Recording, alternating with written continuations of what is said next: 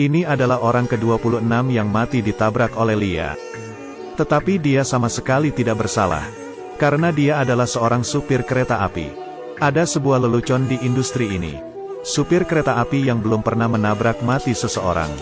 Bukanlah supir yang baik. Perusahaan memberikannya 2 orang psikolog. Untuk memberinya nasihat. Untuk membuktikan dirinya tidak ada masalah. Lia berkata ke mereka. Kepala kereta api saat kembai itu ditutup. Karena di kaca atas kereta itu ada sebuah kepala. Kalau kereta api sudah berjalan, matanya akan berkedip. Tidak disangka satu dokter takut hingga muntah. Yang satunya lagi langsung menderita sakit jantung. Lia dari awal sudah memprediksi reaksi mereka. Sambil menenangkan sang dokter, dia juga mengeluarkan obat penenang yang sudah dia siapkan dari tadi. Sebenarnya Lia bukannya acuh tak acuh. Tetapi menghadapi masalah ini dia juga tidak bisa apa-apa. Yang lebih parah adalah, anaknya sendiri juga baru saja menjadi seorang supir kereta api, dan sudah mengemudi aman selama 6 bulan. Penabrakan ini membuat dia menjadi ada penyakit mental. Dia mengharapkan bisa dengan cepat mendapatkan darahnya. Juga takut menabrak orang. Melihat kelakuannya yang seperti orang gila, Lia datang ke rel kereta tempat anaknya pasti lewat. Ini juga tempat dia pertama kali bertemu dengan anaknya. 8 tahun yang lalu, Lia baru saja menyetir keluar dari terowongan. Dan seorang anak tiba-tiba muncul di atas rel kereta. Lia sudah menekan bel, sambil menurunkan pengereman darurat. Dan untungnya kereta api itu berhenti. Jarak dengan anak itu hanya tinggal beberapa meter saja. Lia keluar dari kereta, dan bertanya kenapa dia tidak menghindar. Anak laki-laki itu berkata dia ingin mati. Dia bernama Sima. Dari kecil sudah tinggal di panti asuhan. Semalam kepala panti asuhan berkata kepadanya, orang tua kandungnya sebenarnya belum mati, tetapi meninggalkannya. Sima mengancam Lia, jika mengantar dia kembali ke panti asuhan, dia bisa berlari lagi ke rel kereta. Kemudian Lia pun menerimanya. Lalu Sima pun lulus dari sekolah otomotif. Mimpinya adalah menjadi supir kereta api seperti Lia. Tetapi Lia mengatakan, kecuali dia mati, tidak bisa menjadi supir kereta. Malam ini, Lia bermimpi lagi tentang istrinya. Dia sedang berdiri di rel kereta dan menyapanya. Tetapi tidak memperhatikan kereta api yang sedang melaju di belakangnya. Keesokannya Sima menanyai tetangganya, kenapa dari awal tidak pernah ketemu dengan anak mereka. Di saat itu Lia yang duduk mengatakan, karena sudah mati ku tabrak. Saat itu dia mabuk di rel kereta. Dan kereta itu disetir oleh Lia. Sima menjadi seorang operator. Hari ini rekan kerja Lia mabuk. Dan membawa Sima naik ke atas kereta. Dia memberitahu Sima, itu adalah pintu bahan bakar dan rem. Lalu pergi tidur. Sima yang gugup semakin lama menyetir semakin kencang. Dan kehilangan kendali. Dia gugup dan menelepon Lia meminta pertolongan. Lia menyuruhnya untuk melepaskan injakan kaki dan menekan rem tangan. Tetapi Sima yang ketakutan itu tidak berani melakukan apa-apa. Kereta api itu sudah hampir tergelincir. Sima pun lompat dari kereta. Dan untungnya dia hanya luka ringan. Dan kereta api itu lepas landas. Hingga 1000 meter jauhnya di dalam hutan.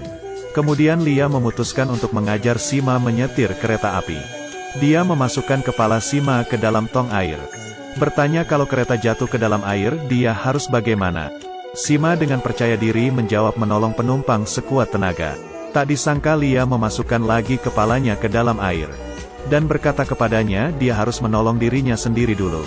Seorang senior berkata kepadanya, bila di atas rel kereta ada kendala, hal pertama setelah menekan rem tangan adalah berbaring di lantai. Karena bila tertabrak sesuatu bisa jadi akan menghancurkan kaca. Dan langsung terbang masuk. Sebelumnya ada seorang supir menabrak seseorang yang kupet. Akibatnya sebuah benda terbang dan menusuknya.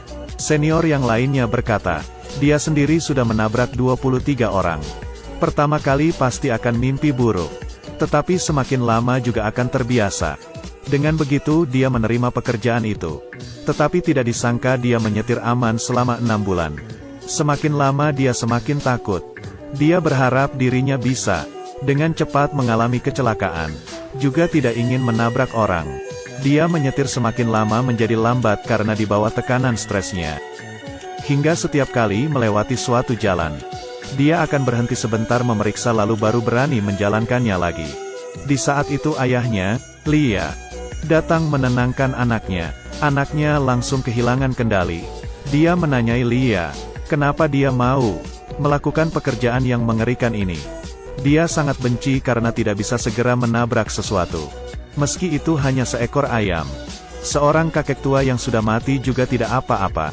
Lalu Lia langsung mengatakan kepadanya, dia sendiri sudah menabrak mati banyak orang. Tetapi ini berarti bukan hal yang perlu dikagumi. Keesokannya, Lia mulai mencari orang yang ingin bunuh diri. Dia di atas jembatan menemui seorang pria. Tanpa menunggunya membuka mulut, orang itu menyuruhnya lompat di tempat lain.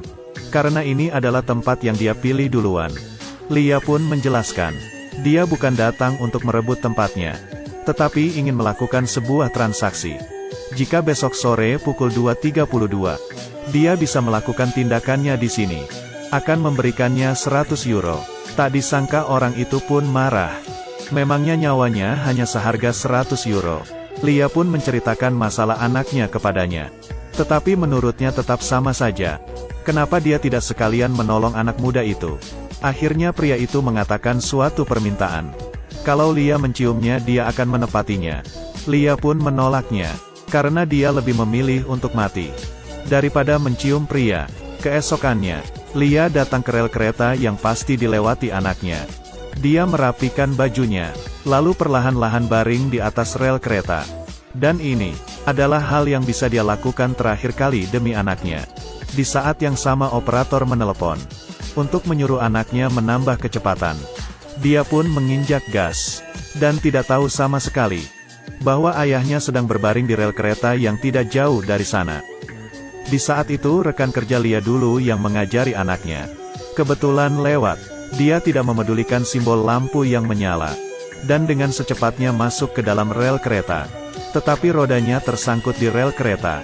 Suara kereta pun semakin lama semakin dekat. Sang anak juga menyadari di jalan ada sebuah mobil. Dia segera menekan rem tangan. Tetapi kecepatan kereta itu sangat cepat. Sama sekali tidak bisa berhenti. Setelah suara tabrakan itu, kereta masuk ke dalam terowongan. Dan Lia yang berbaring di luar terowongan. Jaraknya hanya tinggal beberapa meter. Kereta itu akhirnya berhenti. Seperti beberapa tahun yang lalu. Sang ayah yang menolong dirinya. Sang anak pun langsung turun dari kereta dan memeluknya. Melihat kepala kereta yang berdarah, Lia akhirnya mengerti semuanya. Sejak hari itu, anaknya juga memikul tanggung jawab sebagai supir kereta. Beberapa tahun kemudian, Lia dan anaknya ke kuburan dengan membawa bunga, memperingati nyawa orang-orang yang mati di bawah keretanya. Hingga saat ini, ayah anak ini sudah menabrak mati 35 orang. Ditambah kakeknya, jumlahnya sudah 75 orang.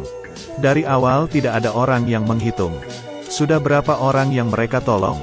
Meski mereka tidak bersalah, tapi mereka sangat menyesal. Ini film pendek dari Siberian. Katanya supir kereta di sana rata-rata akan membunuh 20 orang lebih selama karir mereka. Biasanya korban ini selalu karena mabuk atau ingin bunuh diri. Atau yang tidak hati-hati lalu mati. Meski ini bukan salah supir kereta, tetapi selama hidup mereka dipenuhi rasa kecewa dan penyesalan. Lia dengan matanya sendiri melihat nyawa istrinya mati di bawah kereta. Dan sudah menabrak mati anak teman baiknya. Dan temannya menabrak mati neneknya sendiri yang sudah membesarkannya. Setiap supir di dalam film ini selalu mempunyai rahasia yang orang tidak tahu. Film ini menceritakan pemahaman tentang hidup dan mati dengan cara yang dramatis dan mencela diri sendiri. Mungkin setiap profesi di saat tempat yang tak terlihat memiliki suatu hal yang tak tertahankan. Tapi betapapun kejamnya fakta itu, hidup tetap harus melanjutkan.